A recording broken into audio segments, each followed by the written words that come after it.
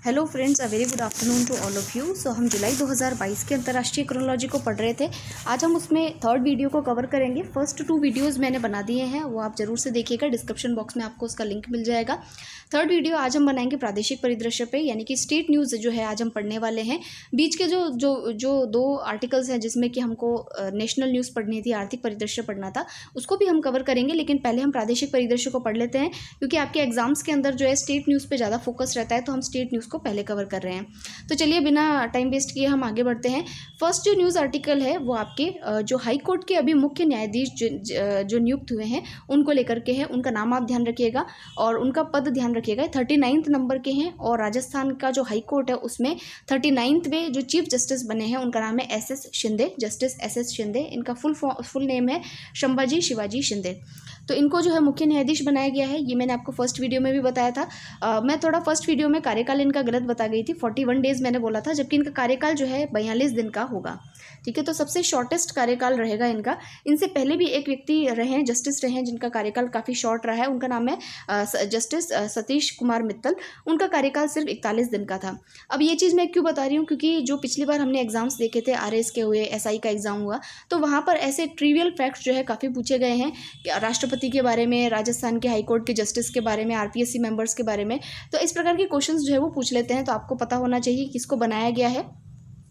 तो यहाँ पर देखिए कि अभी जो है इनसे पहले जो है जस्टिस अकील कुरैशी जो है हमारे चीफ जस्टिस थे, लेकिन मार्च में ही उनका कार्यकाल समाप्त हो गया था। तो कार्यवाहक के रूप में जो है जस्टिस एम श्रीवास्तव को जो है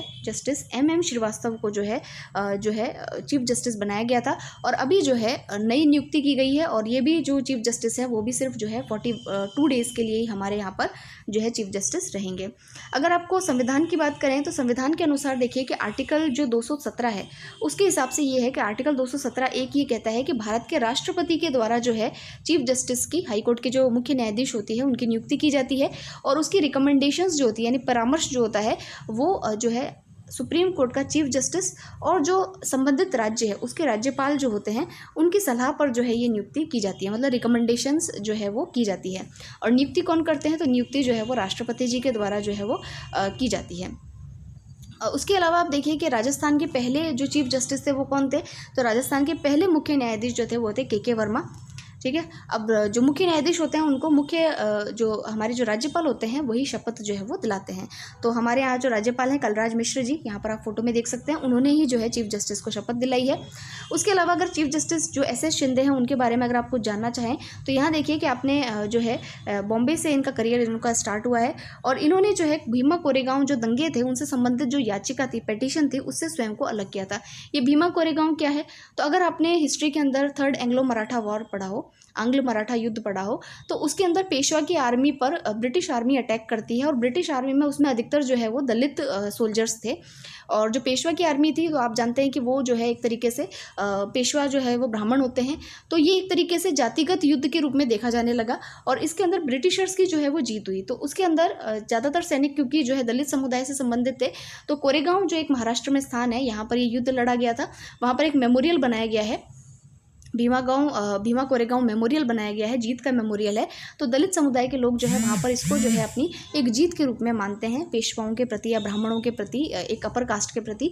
तो इसलिए जो है उसके ऊपर एक एनिवर्सरी मनाई जा रही थी, और वहाँ पर जो है कुछ दंगे जो है वो हो गए थे, तो उसको लेकर के कोई पिटीशन थी, और उसमें जो है जो चीफ जस्टिस है उन्होंने अपने आप को अलग किया था। तो ये थोड़ा भीमा कोरेगांव के बारे में आपको पता होना चाहिए। बाकी इसमें इतना ही काम का है, आप ये ध्यान रखिएगा, इनका नाम ध्यान रखिएगा, और 39वें पे ये जो है मुख्य न्यायाधीश है, ये आपको पता होना चाहिए। फिर देखिए कि कुछ और जजेस को भी जो है अपॉइंट किया गया है। तो 2 जजेस और हैं जिनको अभी शपथ दिलाई गई है। तो हमारे यहाँ पर जो जजेस की संख्या है, वैसे तो 50 हमारे यहाँ पर जजेस होते हैं, तो 50 में से 27 सीटें जो है वो फुल हो चुकी है, लेकिन अभी भी 23 सीट्स खाली हैं। 2 नए जो जजेस अपॉइंट हुए हैं उनका नाम है जस्टिस शुभा मेहता। इनके हस्बैंड भी यहाँ पर जो है ऑलरेडी कार्य कर रहे हैं, उनका नाम है महेंद्र गोयल।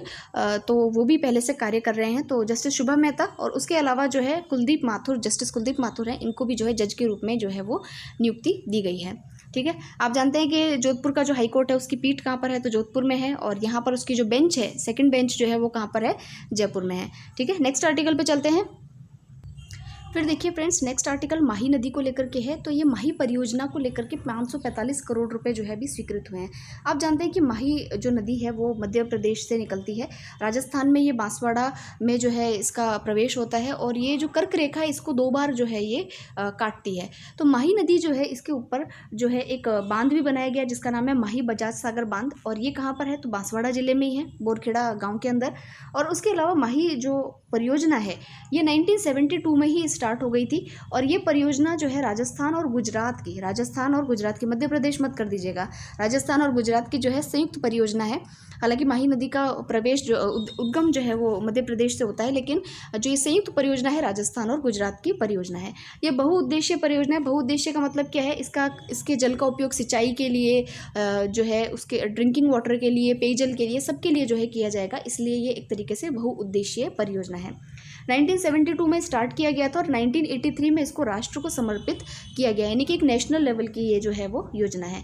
अभी इसमें और बजट अलॉटमेंट हुआ है, तो इसमें क्या होगा कि और ज़्यादा जो है ब्रिजेस का निर्माण किया जाएगा और ज़्यादा तहसीलें इसमें जोड़ी जाएगी ताकि इसका पानी जो है वो और जगहों तक भी है, ग्राम पंचायतों तक पहुँचाया जा सके। तो इसमें काफ़ी सारी पंचायतों के नाम लिखे हैं, गाँव के नाम लिखे हैं, जैसे कि घाटोल है, गढ़ी है, बगीदोरा है, डूंगरपुर जिले के सागवाड़ा है, आसपुर है। यहाँ के जो ग्राम पंचायतें 210 ग्राम पंचायतों में सिंचित होगी, इस पानी के द्वारा भूमि जो है सिंचित की जाएगी। तो इसमें इतना ही ध्यान रखने वाली बात है कि ये जो है ये परियोजना किन 2 क्षेत्रों से संबंधित है। तो गुजरात और राजस्थान का नाम आप ध्यान रखेंगे। 1972 में जो है इसको स्टार्ट किया गया था। नेक्स्ट आर्टिकल देखिए कि एक बहुत ही इंपॉर्टेंट जो है हमारा खनिज जो है जिसका नाम है यूरेनियम। तो उसके उत्खनन के लिए जो है एक LOI साइन हुआ है। अब उत्खनन कहाँ करेंगे? राजस्थान में। कहाँ है यूरेनियम? तो देखिए राजस्थान के सीकर के पास जो खंडेला तहसील है वहाँ के रोहिल के अंदर जो है यूरेनियम अयस्क जो है उसके खनन के लिए परमिशन मिली है। लेटर ऑफ इंटेंट जो है वो साइन किया गया है। तो इसमें जो देखिए कि जो है एक तरीके से दुर्लभ मिनरल है, ठीक है। यूरेनियम जो है अधिकतर हम इम्पोर्ट करते हैं क्योंकि न्यूक्लियर जो पावर प्लांट होते हैं उसमें यूरेनियम का उपयोग होता है। तो बिजली बनाने के लिए जो है ये न्यूक्लियर पावर प्लांट्स को जो है यूज़ किया जाता है।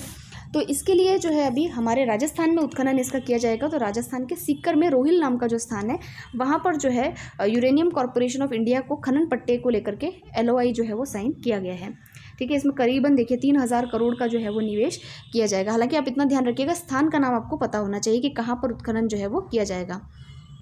फिर देखिए कि सीनियर राष्ट्रीय अंतर्राज्यीय एथलेटिक्स चैंपियनशिप हुई है, यानी कि राज्यों के बीच में जो एथलेटिक्स चैंपियनशिप होती है राष्ट्रीय स्तर की, जो चेन्नई में अभी आयोजित की गई थी, उसमें राजस्थान के खिलाड़ियों ने 10 पदक जीते हैं, जो अपने आप में एक रिकॉर्ड है। और उसमें से भी 2 स्वर्ण पदक और 2 रजत पदक जो है जीते हैं और 6 बाकी के जो 6 बचे हैं वो कांस्य पदक जीते हैं। तो काफ़ी अच्छा परफॉर्मेंस राजस्थान के खिलाड़ियों का रहा है। इसमें देखिए कि अनिल पुनिया जो है उनकी कोचिंग में के जो छात्र हैं उन्होंने जो है अवार्ड जीता है। जैसे कि नीरज बलोदा ने हैमर थ्रो में राष्ट्रीय रिकॉर्ड के साथ स्वर्ण पदक जीत करके वो लाए हैं। हैमर थ्रो के अंदर प्रवीण चौथे स्थान पर रहे हैं, तो हमें हैमर थ्रो इसके अंदर प्रतियोगिता में हमने अवार्ड जीता है। उसके अलावा डिस्कस थ्रो में भानु शर्मा ने अवार्ड जीता है। डेक्थलॉन में यमनदीप शर्मा ने स्वर्ण पदक जीता है, उमेश लांबा ने रजत पदक जीता है।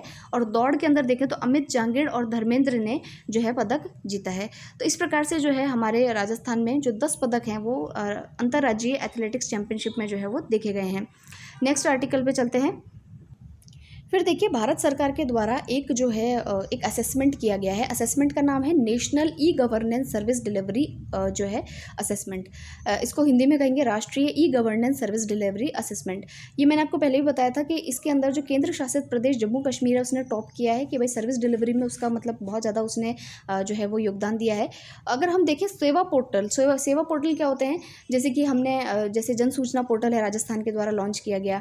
तो ऐसे जो पोर्टल्स है उसके अंदर जो सर्विस डिलीवरी है उसमें राजस्थान जो है अग्रणी रहा है। तो ये जो असेसमेंट हुआ है इसमें राजस्थान को जो है सोशल वेलफेयर का जो ग्रुप हुआ है उसके अंदर टॉप रैंकिंग में जो है वो शामिल किया गया। तो आपसे क्वेश्चन पूछा जाए तो आप बता देंगे कि सेवा पोर्टलों के उपयोग के अंदर राजस्थान जो है वो नेशनल असेसमेंट ई-गवर्नेंस असेसमेंट में जो है उसका टॉप स्थान रहा है। जैसे कि यहाँ देखिए कि जो आपका ये जो नेशनल ई सर्विस रिपोर्ट है इसके अंदर 7 क्षेत्रों जैसे कि वित्त है, श्रम है, रोजगार है, शिक्षा, स्थानीय शासन, उपयोगिता सेवाएं, यूटिलिटी सर्विसेज को कहते हैं, समाज कल्याण, पर्यावरण, इनमें जो है ये सेवाएं जो है वो शामिल की गई हैं, ठीक है।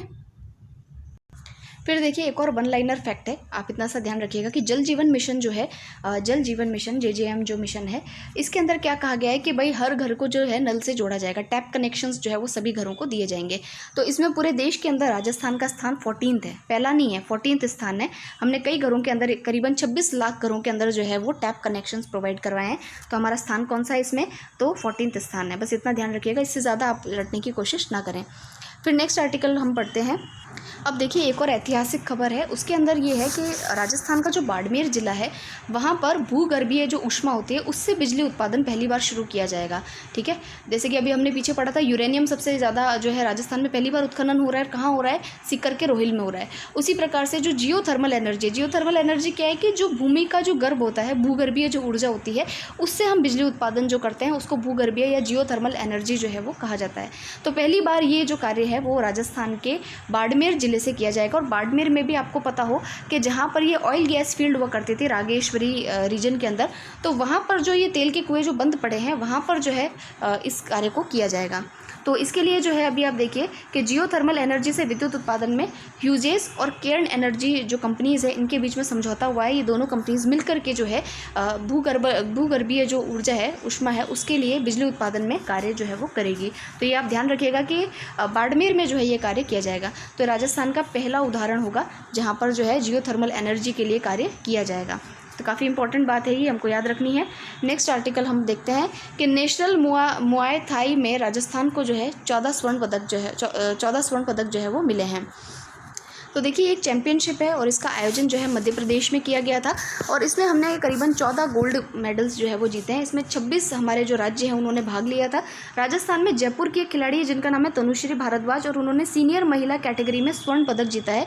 ये फाइट में चैम्पियनशिप बेल्ट जीतने वाली राजस्थान की पहली खिलाड़ी जो है ये बनी है। तो थोड़ा नाम ध्यान रखिएगा, तनुश्री भारद्वाज जो है इनका संबंध जो है नेशनल मुआ थाई के अंदर जो है इन्होंने जो है चैम्पियनशिप के अंदर गोल्ड मेडल जो है वो जीता है राजस्थान के लिए। और उसके अलावा नेक्स्ट हम चलते हैं, मुख्यमंत्री ने जो है मेडिकल टूरिज्म वेलनेस सेंटर का उद्घाटन किया है। और इसका उद्घाटन कहाँ पर किया गया है, तो इसका उद्घाटन आपके खमनौर नाथद्वारा के अंदर जो है राजसमंद में जो खमनौर है वहाँ पर जो है मेडी टूरिज्म वेलनेस सेंटर का उद्घाटन जो है वो मुख्यमंत्री जी के द्वारा किया गया है। इससे होगा क्या है कि देखिए जो मेडी टूरिज्म का मतलब क्या है कि देश विदेश के जो सैलानी होते हैं वो यहाँ घूमने तो आते ही हैं, उसके अलावा वो अपनी कुछ बीमारियों का इलाज कराने भी आते हैं क्योंकि वो हमारे देश में सस्ता पड़ता है। तो देशी विदेशी जो पर्यटक हैं, जो रोगी हैं, उनको आयुर्वेद और योग और प्राकृतिक चिकित्सा के माध्यम से जो इलाज है वो प्रोवाइड करने के लिए जो है मेडी टूरिज्म वेलनेस सेंटर की स्थापना की गई है। कहाँ पर की गई है, तो खमनौर राजस्थान में की गई है। खमनौर कहाँ पर है, तो राजसमंद के अंदर सिचुएटेड है। ठीक है, अगर आप देखें तो जो है ये केरला मॉडल पर विकसित किया जा रहा है क्योंकि हम केरला गए थे घूमने, इसलिए मुझे पता है कि वहाँ पर आप जैसे ही LFP में बोट वगैरह से आप उतरेंगे तो वहाँ पर आयुर्वेदिक संस्थान बहुत सारे हैं। वो मतलब आपको जो है ट्रीटमेंट देने के लिए वहाँ पर कई लोग जो है वो आते हैं कि अगर आपको कुछ ऐसा चाहिए तो। उसके अलावा वहाँ पर जो है ये नेचुरल ऑर्गेनिक पार्क्स भी बहुत सारे हैं ताकि वहाँ पर जो ये स्पाइसेस होते हैं तो ऑर्गेनिक जो स्पाइसेस होते हैं वो भी आपको प्रोवाइड करवाते हैं। तो काफ़ी तरीके से जो है मेडी टूरिज्म में केरला बहुत आगे है। तो उसके बेसिस पर ही राजस्थान में भी राजसमंद में इसको जो है वो बनाया जाएगा। पायलट आधार पर जो है ये योजना स्टार्ट की गई है। फिर देखते हैं जो राजस्थान जो है उसमें एक मिनट ये है खेलो इंडिया जो यूथ गेम्स संपन्न हुए हैं 2021 के, उसमें राजस्थान जो है वो 10th पोजीशन पर आया है। ठीक है, आपको पता ही है, हमने जब फर्स्ट वीडियो देखा था तो हमने देखा था कि खेलो इंडिया यूथ गेम्स का आयोजन जो है वो हरियाणा के अंदर किया गया है। तो हरियाणा के अंदर इसका आयोजन किया गया है और पिछली बार हमको जो है इसमें 11वां स्थान मिला था, लेकिन इस बार जो है हमको 10th पोजीशन हासिल हुई है। स्वर्ण पदक के अंदर कुछ नाम भी है जैसे कपिश सिंह, सुष्मिता, किरण, ईशा गुजर टीम स्पर्धा में, महेश सारन, और इतने नाम आपको ध्यान नहीं रहेंगे तो इसलिए आप इनको छोड़ दीजिए। लेकिन आप इतना ध्यान रखिएगा राजस्थान का जो है 10वां स्थान इसमें रहा है। तो आप अब तक हमने इतनी सारी चीज़ें देखी, राजस्थान का किसी में भी फर्स्ट पोजीशन फिलहाल नहीं है सिवाय उसको जो हमने नेशनल ई-गवर्नेंस ई-सर्विसेज डिलीवरी असेसमेंट देखा है उसके अंदर सेवा पोर्टलों के छोड़ करके कहीं पर भी राजस्थान का फर्स्ट पोजीशन नहीं है। जैसे कि जल जीवन मिशन है तो 14th पोजीशन है, खेलो इंडिया यूथ गेम्स है तो उसमें 10th पोजीशन है। तो ये थोड़े से आप रैंकिंग ध्यान रखिएगा इसकी। नेक्स्ट देखिए कि राजस्थान के अंदर अभी राज्यसभा चुनाव हुए थे और उसमें जो है जो ये द्विवार्षिक जो चुनाव होते हैं, आप जानते हैं कि राज्यसभा है वो एक परमानेंट हाउस है, एक स्थाई जो है वो स्थाई हाउस है और उस सदन है और उसके अंदर जो है प्रत्येक जो है क्या कहते हैं द्विवार्षिक निर्वाचन जो है वो होते हैं, और उसके अंदर राजस्थान से जो है 10 सीटें हैं राज्यसभा के लिए। तो अभी जो है राजस्थान में 3 सीटों के लिए चुनाव हुए थे, जिसके के अंदर जो है कांग्रेस ने 3 और भाजपा ने 1 सीट पर जो है 4 सीटों के लिए चुनाव हुआ था। तो राजस्थान कांग्रेस ने 3 और भाजपा ने 1 सीट पर जो है वो विजय हासिल किए। कौन कौन लोग जो है जीते हैं उनको देख लेते हैं। कांग्रेस के रणदीप सुरजेवाला, मुकुल वासनिक और प्रमोद तिवारी ने जो है जीत हासिल की है। बीजेपी से अगर आप देखें तो घनश्याम तिवारी जो है वो विजयी रहे हैं। तो इनके नाम आपको थोड़ा ध्यान रखने चाहिए। इससे पहले जो है अगर आप देखें तो कार्यकाल जो है पूरा किस किस का हुआ था, तो इन 4 सीटों पर जो है ओम माथुर, के जे अल्फोंस, राम कुमार वर्मा और हर्षवर्धन सिंह का जो कार्यकाल है वो पूरा हो गया था। तो उनके स्थान पर जो है ये 4 अलग नए जो हैं वो प्रत्याशी जो है वो चुन करके आए हैं। नेक्स्ट आर्टिकल पे चलते हैं। नेक्स्ट आर्टिकल है पैरा शूटिंग को लेकर के। पैरा शूटिंग में आप जानते ही हैं, पैरा शूटिंग जो होती है, पैरा का मतलब ये होता है कि जो फिजिकली डिफरेंटली एबल्ड होते हैं उनके लिए जो चैम्पियनशिप होती है उसको पैरा चैम्पियनशिप्स कहते हैं। जैसे कि पैरा ओलंपिक्स हमने पढ़े थे। तो पैरा शूटिंग जो है उसके अंदर जो विश्व कप है, तो हमारी देश में जो जिन्होंने पहले भी गौरव हासिल किया है ओलंपिक्स के अंदर, अवनी लेखरा जी, तो उनको जो है 2 स्वर्ण पदक जो है इस बार उन्होंने जीते हैं इसके अंदर। और ये जो है फ्रांस के अंदर चेतरॉक्स के अंदर जो है ये शूटिंग जो है वो आयोजित की गई थी, और इन्होंने गोल्ड मेडल जीता है महिला की 10 मीटर एयर राइफल में। और एसएच में एक वन स्पर्धा में भी, अच्छा ये विश्व रिकॉर्ड है, इसको छोड़ सकते हैं आप। बस ये ध्यान रखिएगा कि जो पैरा शूटिंग विश्व कप अभी आयोजित हुआ था फ्रांस के अंदर, उसके अंदर अवनी लेखरा जो है भारत की, उन्होंने 2 स्वर्ण पदक जो है वो अपने नाम किया है। तो 50 मीटर और 110 और 10 मीटर के अंदर जो है इन्होंने ये इतिहास रचा है। उसके अलावा अगर इनके बारे में आप पढ़ें तो टोक्यो ओलंपिक्स जो 2021 में हुए थे उसमें भी 10 मीटर एयर राइफल स्टैंडिंग स्पर्धा का स्वर्ण पदक इन्होंने जीता था। और महिला 50 मीटर राइफल 3 पोजीशन में भी जो है इन्होंने कांस्य पदक जीता था। तो इस तरह से वह पैरा ओलंपिक में 1 से अधिक पदक जीतने वाली भारत की पहली जो है वो महिला भी बन चुकी हैं। तो काफ़ी जो है इनके ऊपर इन्होंने जो है काफ़ी गौरवान्वित किया है हमारे देश को। अब हम आगे चलते हैं। मृदा संरक्षण के लिए राजस्थान सरकार ने ईशा आउटरीच से जो है वो MOU किया है। आप जानते हैं कि अभी जो है जो ये सदगुरु जो हैं वो सेव सॉइल करके कैंपेन को जो है वो चला रहे हैं। तो उनका जो फाउंडेशन है उसका नाम है ईशा फाउंडेशन। तो ईशा आउटरीच जो है उसके साथ में राजस्थान सरकार जो है उन्होंने एक मरुस्थलीकरण को रोकने के लिए और मिट्टी बचाने के लिए जो है वो एक तरीके से सेव सॉइल प्रोग्राम को आगे बढ़ाने के लिए जो है MOU पर साइन किया है। और राजस्थान गुजरात के बाद में फाउंडेशन के साथ इस तरह का समझौता करने वाला दूसरा भारतीय राज्य भी बना है। तो इनमें कहने का मतलब ये है कि जो हमारी मिट्टी है उसमें कार्बनिक जो पदार्थ हैं उनकी मात्रा कम हो रही है, तो उसको बढ़ाने के लिए MOU एक तरीके से साइन किया गया है। फिर देखिए कि जो food safety and standard authority of India है, जिसको आप FSSAI बोलते हैं, उसने फूड सेफ्टी इंडेक्स जारी किया है और उसमें उन्होंने बताया कि भाई कौन सा राज्य फूड सेफ्टी के संदर्भ में अच्छा कार्य कर रहा है। तो राजस्थान को इसमें 50 पॉइंट्स के साथ में 10th पोजीशन पे रखा गया है। 10वां स्थान है राजस्थान का। तो पहला किसका है?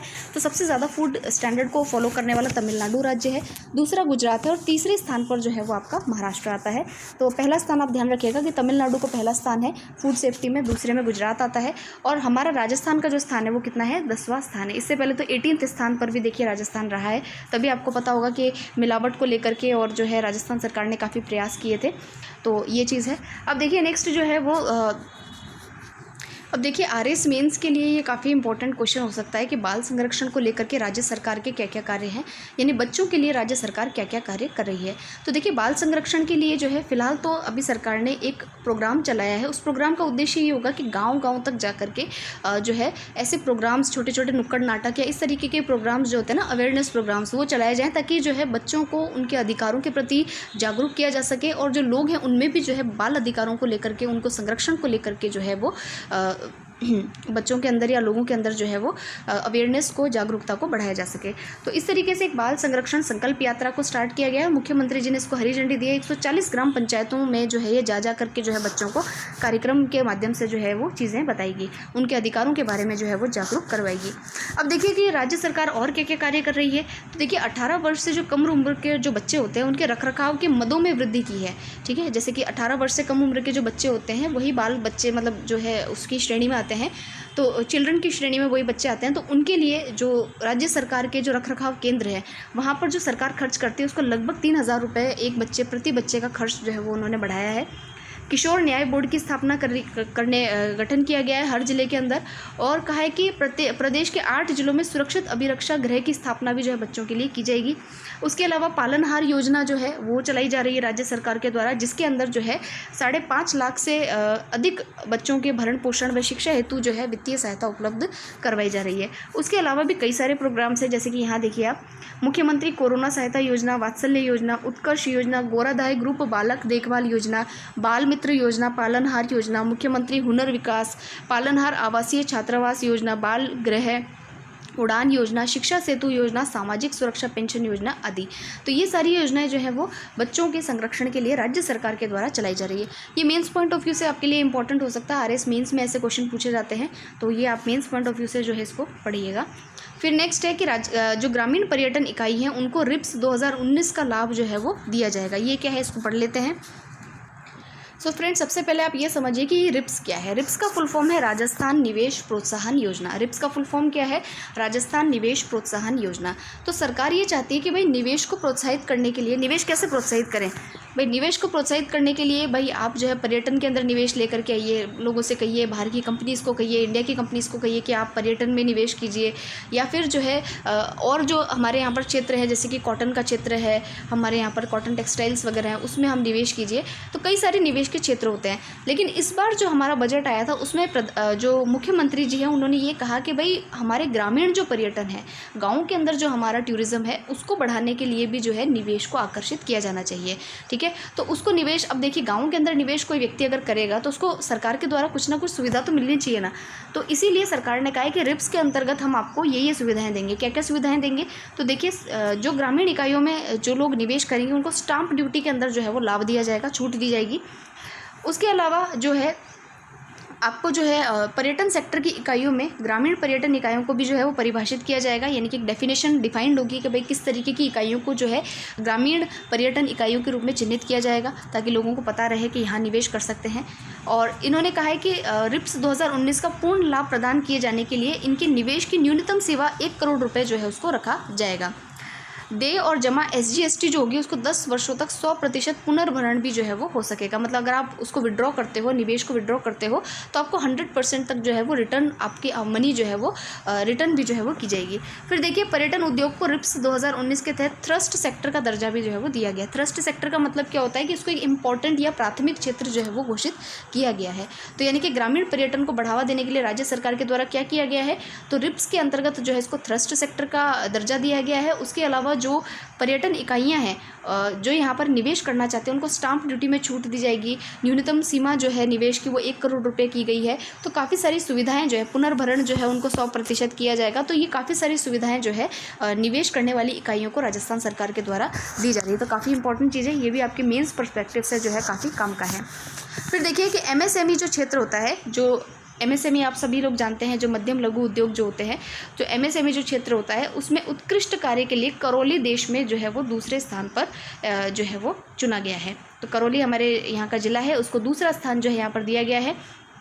केंद्र सरकार का जो MSME मंत्रालय है, उन्होंने विभिन्न क्षेत्रों पर राष्ट्रीय स्तर पर जो उत्कृष्ट कार्य करने वाले 112 आकांक्षी जिले हैं उसमें जो है राजस्थान को दूसरे स्थान पर रखा है। और उसमें जो है ये जो अवार्ड दिया गया है वो एस्पिरेशनल डिस्ट्रिक्ट की श्रेणी में दिया गया है। और जो है वो एस्पिरेशनल डिस्ट्रिक्ट यानी कि आकांक्षी जिलों की श्रेणी के अंदर राजस्थान को जो है वो दूसरा स्थान इसके अंदर जो है वो दिया गया है। ठीक है, तो 1 मिनट आप। तो फ्रेंड्स, यहाँ पर जो एस्पायरेशनल डिस्ट्रिक्ट का जो ये कार्य है, इसके अंदर जो है चुना तो गया था मतलब सिरोही, धौलपुर, जैसलमेर, करौली जिलों को एस्पिरेशनल डिस्ट्रिक्ट के रूप में, लेकिन करौली जो है उसको जो है इसमें 2nd पोजीशन दी गई है। फिर अब नेक्स्ट आर्टिकल पे हम चलेंगे। ये जीवन प्रत्याशा को लेकर के है, यानी कि लाइफ एक्सपेक्टेंसी, यानी कि राजस्थान में एक व्यक्ति जो है उसकी औसत आयु जो है वो कितनी होगी। तो ये जो हमारे भारत सरकार का जो भारत के कार्यालय महापंजीयक और जनगणना आयुक्त है, उन्होंने एक सैंपल रजिस्ट्रेशन सिस्टम जो है उसके तहत ये एक डेटा दिया है। और डेटा जो है उसके अंतर्गत उन्होंने बताया है कि भाई हमारे यहाँ पर यानी कि राजस्थान जो है वहाँ पर लाइफ एक्सपेक्टेंसी एट बर्थ यानी कि जन्म के समय जो लाइफ एक्सपेक्टेंसी वो 69 ईयर जो है वो है। ये सामान्य एक तरीके से जीवन प्रत्याशा है। और 1970 और 75 की अगर हम बात करें तो उस समय राजस्थान की जीवन प्रत्याशा हुआ करती थी 0.4 वर्ष, ठीक है। तो अभी तो इसमें लगातार देखिए वृद्धि ही हुई है। और अगर आप देखें तो महिला और पुरुष की अगर आप बात करें तो महिलाओं की जीवन प्रत्याशा ज़्यादा है, 71 ईयर्स है, और पुरुषों की जो है लगभग 68 ईयर्स जो है वो जीवन प्रत्याशा। तो बेसिकली आप ये 69 ईयर वाला ही ध्यान रखिएगा कि जीवन प्रत्याशा कितनी है। अगर आप देखें ग्रामीण और शहरी जीवन प्रत्याशा, तो ग्रामीण क्षेत्र में ये 67 वर्ष है, यानी कि कम है, और शहरी क्षेत्रों में जीवन प्रत्याशा ज़्यादा है, 72 वर्ष है, ठीक है। और उसमें भी अगर आप देखें तो महिलाओं की जो है वो ज़्यादा है, 70 वर्ष है महिलाओं की तो जीवन प्रत्याशा जो है वो वैसे ही ज़्यादा है पुरुषों से। तो ये थोड़ा सा आप ध्यान रखेंगे कि राजस्थान की जो अभी जीवन प्रत्याशा है वो कितनी है, 69 वर्ष है, ठीक है, यानी कि बढ़ गई है पहले से, और महिलाओं की जीवन प्रत्याशा ज़्यादा है। फिर देखते हैं नेक्स्ट हमारा है जैसलमेर में देश का पहला हाइब्रिड सोलर पावर प्लांट जो है उसको लगाया गया है। तो ये ध्यान रखिएगा, अडानी ग्रीन एनर्जी के द्वारा जो है इसको लगाया गया है। सोलर पावर प्लांट है और हाइब्रिड सोलर पावर प्लांट है, ठीक है। हाइब्रिड ऊर्जा उत्पादन संयंत्र जो है इसको लगाया गया है, और ये पवन और सौर ऊर्जा के मेल वाला जो है पावर प्लांट होगा, इसीलिए इसको हाइब्रिड कहा गया है। हाइब्रिड यानी कि दो का मिश्रण, तो पवन और सौर ऊर्जा दोनों का जो है इसमें हाइब्रिड ऊर्जा उत्पादन जो है वो किया जाएगा, ठीक है। तो ये थोड़ी सी एक फैक्चुअल न्यूज़ थी जो ध्यान रखने वाली थी। मैं सोचती हूँ कि अभी जो है ये वीडियो आपका 25 मिनट का हो गया है, ज़्यादा लंबा वीडियो ना हो। सेकंड वीडियो मैं इसका भी अपलोड कर देती हूँ ताकि आप जो है ईजिली इसको पढ़ पाएँ। तो इस वीडियो को आप ज़रूर से देखिएगा। छोटी न्यूज़ेज़ और बची है राजस्थान को लेकर के, वो सेकेंड पार्ट में मैं कवर कर दूँगी। तो आप बने रहिएगा चैनल के साथ में। तो मिलते हैं नेक्स्ट वीडियो में। Okay, thank you.